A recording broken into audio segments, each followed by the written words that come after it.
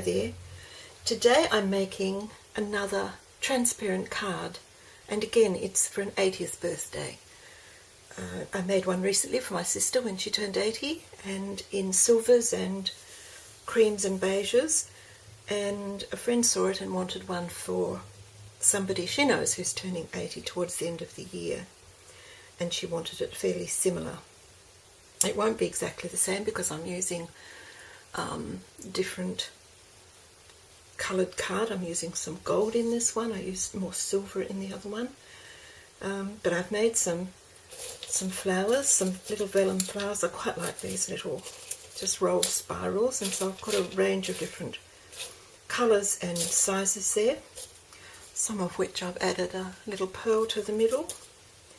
And I've got a little collection here also of foamy flowers that I've made. I've only just recently come across foamy and heard about it, and finally managed to source some. It's, for those of you who are not familiar with it, it's like A4 sheets of fun foam in a way, but it is half the thickness. It's very, very thin, and you die cut it to make it even thinner, and it's a lot of fun. So I've made a few of those. I've got a few little gemmy beads there that I might use, or I might stick to the pearls, I'm not too sure. I've got some gold thread that I thought I might use as a bit of a nesting thing. I'll see how it looks. I've cut out 4 of these little doilies in a metallic moonstone card, and they're to form the basis of the design. And I've also cut out, using both the Stampin' Up little bird punch, I've cut out some tiny leaves and some larger leaves using a paper tray ink Turning a New Leaf die. I've cut out a couple of flourishes from a pale gold cardstock. I'll just move these out of the way. I've cut out an 8 and a 0. That's a paper tray ink die. It's numerals dies with, they've also got mats, and so they're quite useful. That makes a nice solid statement. I'm not sure whether I'm going to use the mats or not.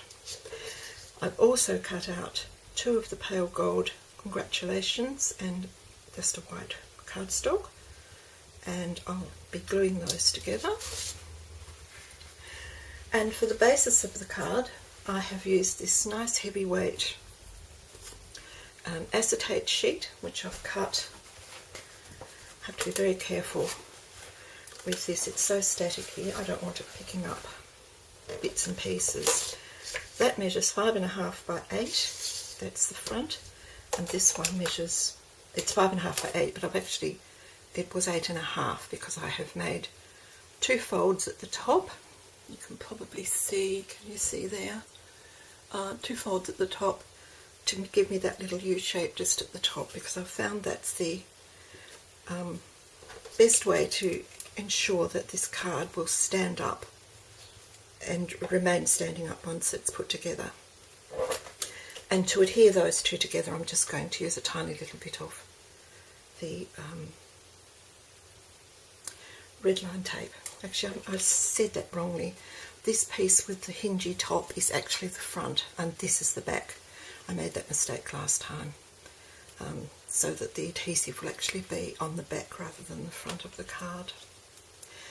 To keep the acetate as clean as I possibly can, which is always a tricky thing for me, it seems to be so statically it wants to pick up every little scrap of dust that's flying around, I tend to just keep it in a couple of paper towels. And if necessary, I'll give it a bit of a spray with some isopropyl alcohol, just to get rid of a little bit of that static and to make sure it stays clean.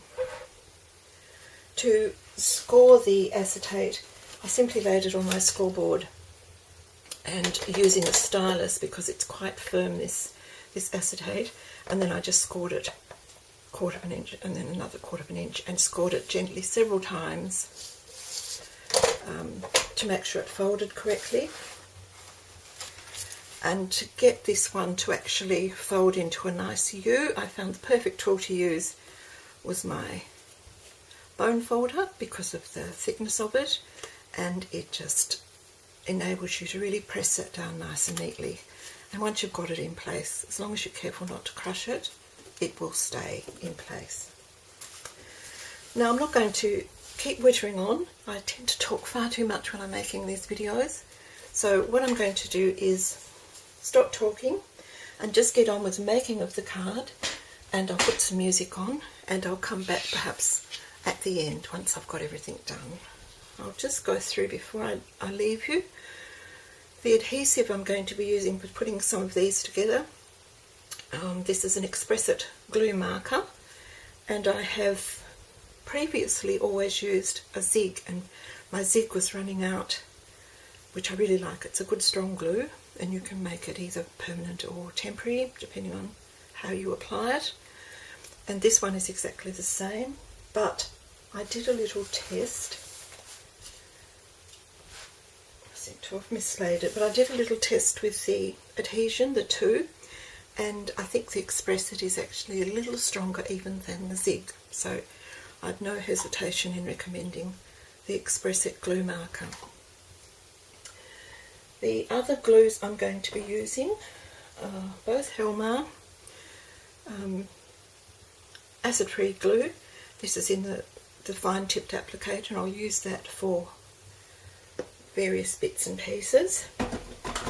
And the other one I'm going to use, and this will be the one that holds the main doilies onto the acetate, is the Premium Craft Glue, because this one is